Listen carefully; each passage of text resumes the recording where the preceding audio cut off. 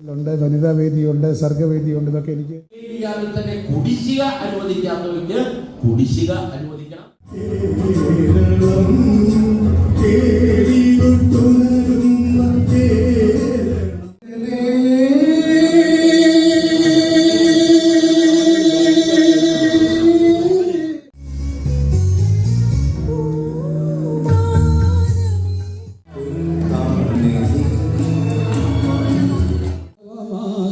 പെരും മഴ പെയ്തരാവതി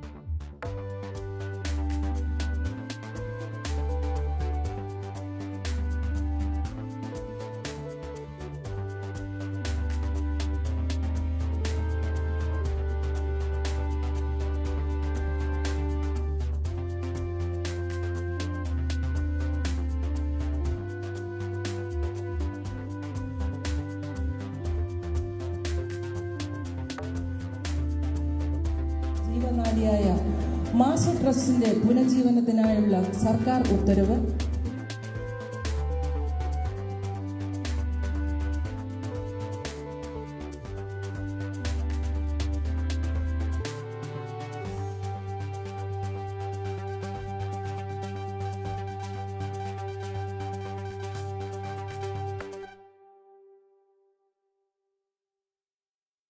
നമ്മുടെ അംഗങ്ങളും അകത്തേക്ക് കയറി കാടിനുള്ളിൽ ഇരിക്കണമെന്ന് അപേക്ഷിക്കുകയാണ്. ശ്രീ ജയകുമാർ സാർ എത്തിയിട്ടുണ്ട്.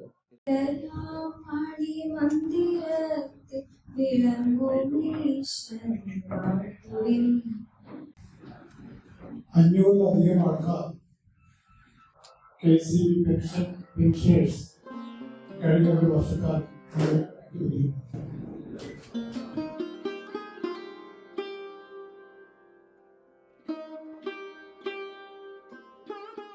ആരാധ്യനായ മുൻ ചീഫ് സെക്രട്ടറിയും Shri K Jayakumar sir IAS, സംഘടനയുടെ സംസ്ഥാന general secretary Shri James M David, മറ്റ് ശ്രീ വിമൽചന്ദ്, മറ്റ് ഇവിടെ പെൻഷൻകാരുടെയും ജില്ലകളിലെ എല്ലാവരുടെയും കൂട്ടായ ശ്രമത്തിൻ്റെ ഫലമാണ് എന്നുള്ളത് നമുക്ക്. എൻ്റെ പെൻഷൻ കൂട്ടായ്മ സുഹൃത്തുക്കൾ, നമ്മുടെ പ്രശ്നങ്ങൾക്കൊരു കൂട്ടായ പ്രവർത്തനം നടത്തുന്നതിന് വേണ്ടി നമ്മൾ വളരെ ഹ്രസ്വകാലമായി രൂപീകരിച്ച ഒരു പ്രസ്ഥാനമാണല്ലോ പെൻഷൻ കൂട്ടായ്മ. അദ്ദേഹം തുഞ്ചത്ത് എഴുത്തച്ഛൻ മലയാള സർവകലാശാലയുടെ പ്രഥമ വൈസ് ചാൻസലറായി സേവനമനുഷ്ഠിച്ചു.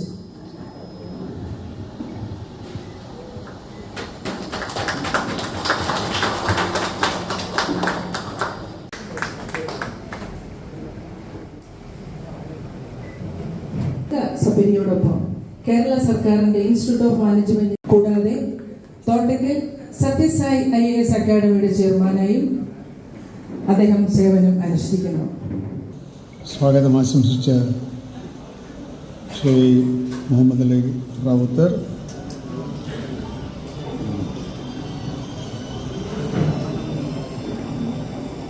ഈ സംഘടനയുടെ ഇവിടെ സന്നിഹിതരായിട്ടുള്ള ഭാരവാഹികൾ, ഈ സമ്മേളനത്തിൽ പങ്കെടുക്കുന്ന പ്രതിനിധികൾ, എല്ലാവർക്കും എൻ്റെ ഹൃദയപൂർവ്വമുള്ള നമസ്കാരം. ഞാൻ ദീർഘമായിട്ടുള്ളൊരു പ്രഭാഷണമൊന്നും നടത്തുന്നില്ല, കാരണം നിങ്ങൾക്കൊരു ദിവസത്തെ മുഴുവൻ പണിയുണ്ട് എന്നാണ് എനിക്ക് തോന്നുന്നത്.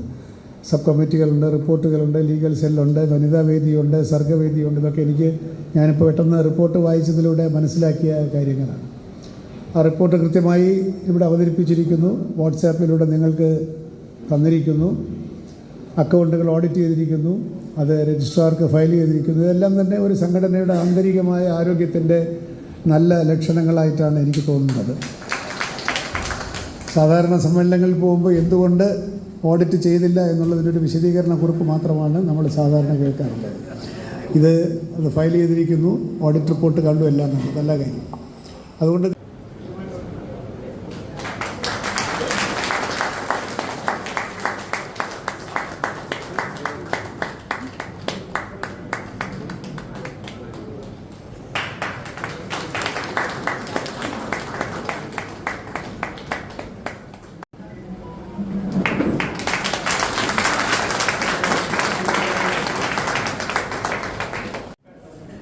എക്സ്പെർട്ടായിട്ടുള്ള ഒരു കൺസൾട്ടൻസി സർവീസ് ഓൺലൈനിൽ ഇവർ കൺസ്യൂമേഴ്സിന് വേണ്ടി ചെയ്യും എന്ന് ഞാൻ ഉറപ്പ് തരുന്നു.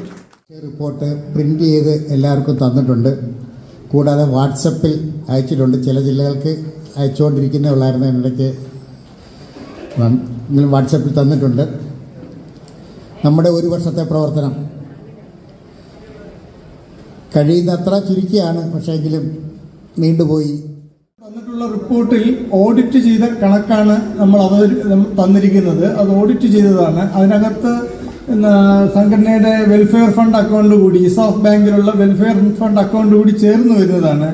സംഘടനയുടെ തനത് ജനറൽ ഫണ്ട് മാത്രമാണ് ഞാനിപ്പോൾ ഇവിടെ അവതരിപ്പിക്കുന്നത്. സംഘടനാ റിപ്പോർട്ട് അവതരിപ്പിച്ച ജനറൽ സെക്രട്ടറി ശ്രീ എ.വി. വിമൽചന്ദ്, വരവ് ചിലവ് കണക്കുകൾ അവതരിപ്പിച്ച ശ്രീ ട്രഷറർ ശ്രീ പ്രദീപ് കുമാർ, നമ്മുടെ വേദിയിലും സദസ്സിലുമൊക്കെയുള്ള നമ്മുടെ മുൻനിര പ്രവർത്തകരെ, ഭാരവാഹികളെ, ലീഗൽ സമിതിയുടെ റിപ്പോർട്ടിനെ കുറിച്ച് പറയുമ്പോൾ അത് ഒരു കാഷ്വാലിറ്റി പ്രവർത്തനം പോലെയാണ് നടന്നുകൊണ്ടിരിക്കുന്നത്.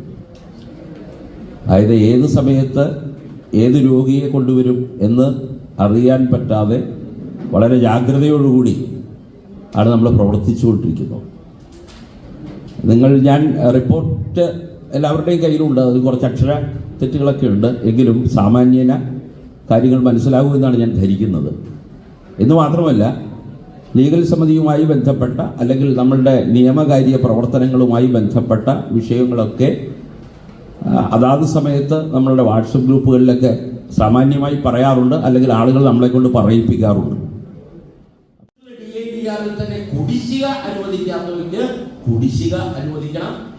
വരുംകാലങ്ങളിൽ ഈ പറഞ്ഞ 2 കരാറുകളുടെ അടിസ്ഥാനത്തിൽ യഥാസമയം യഥാകാലമുള്ള പരിഷ്കരണത്തോടുകൂടി ക്ഷാമബത്തയും ക്ഷാമാശ്വാസവും നൽകണം. ഇതാണ് നമ്മുടെ ഏറ്റവും അവസാനത്തെ കേസ്.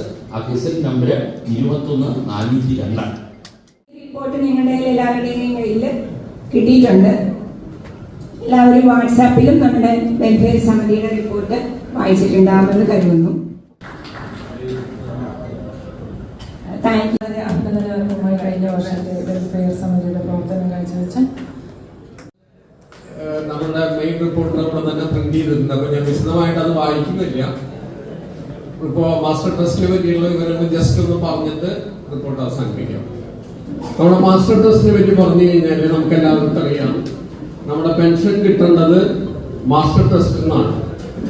അപ്പൊ മാസ്റ്റർ ടെസ്റ്റിൽ ഫണ്ട് വന്നാൽ മാത്രമേ നമ്മുടെ പെൻഷൻ സ്ഥിരമായിട്ട് കിട്ടുള്ളൂ.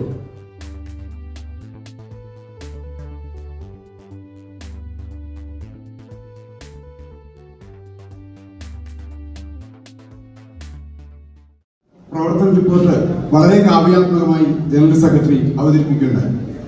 ഒരാണ്ടത്തെ പ്രവർത്തനങ്ങളുടെ നാളുവഴികൾ അദ്ദേഹം നമ്മളോട് വളരെ ഭംഗിയായി പങ്കുവച്ചു. കൂട്ടായ്മ സംബന്ധിച്ച് കഴിഞ്ഞ ഒരു സമ്മേളന കാലം ഏറ്റവും ഊർജ്ജസ്വലവും സക്രിയവുമായ പ്രവർത്തനങ്ങളുടേതായിരുന്നു.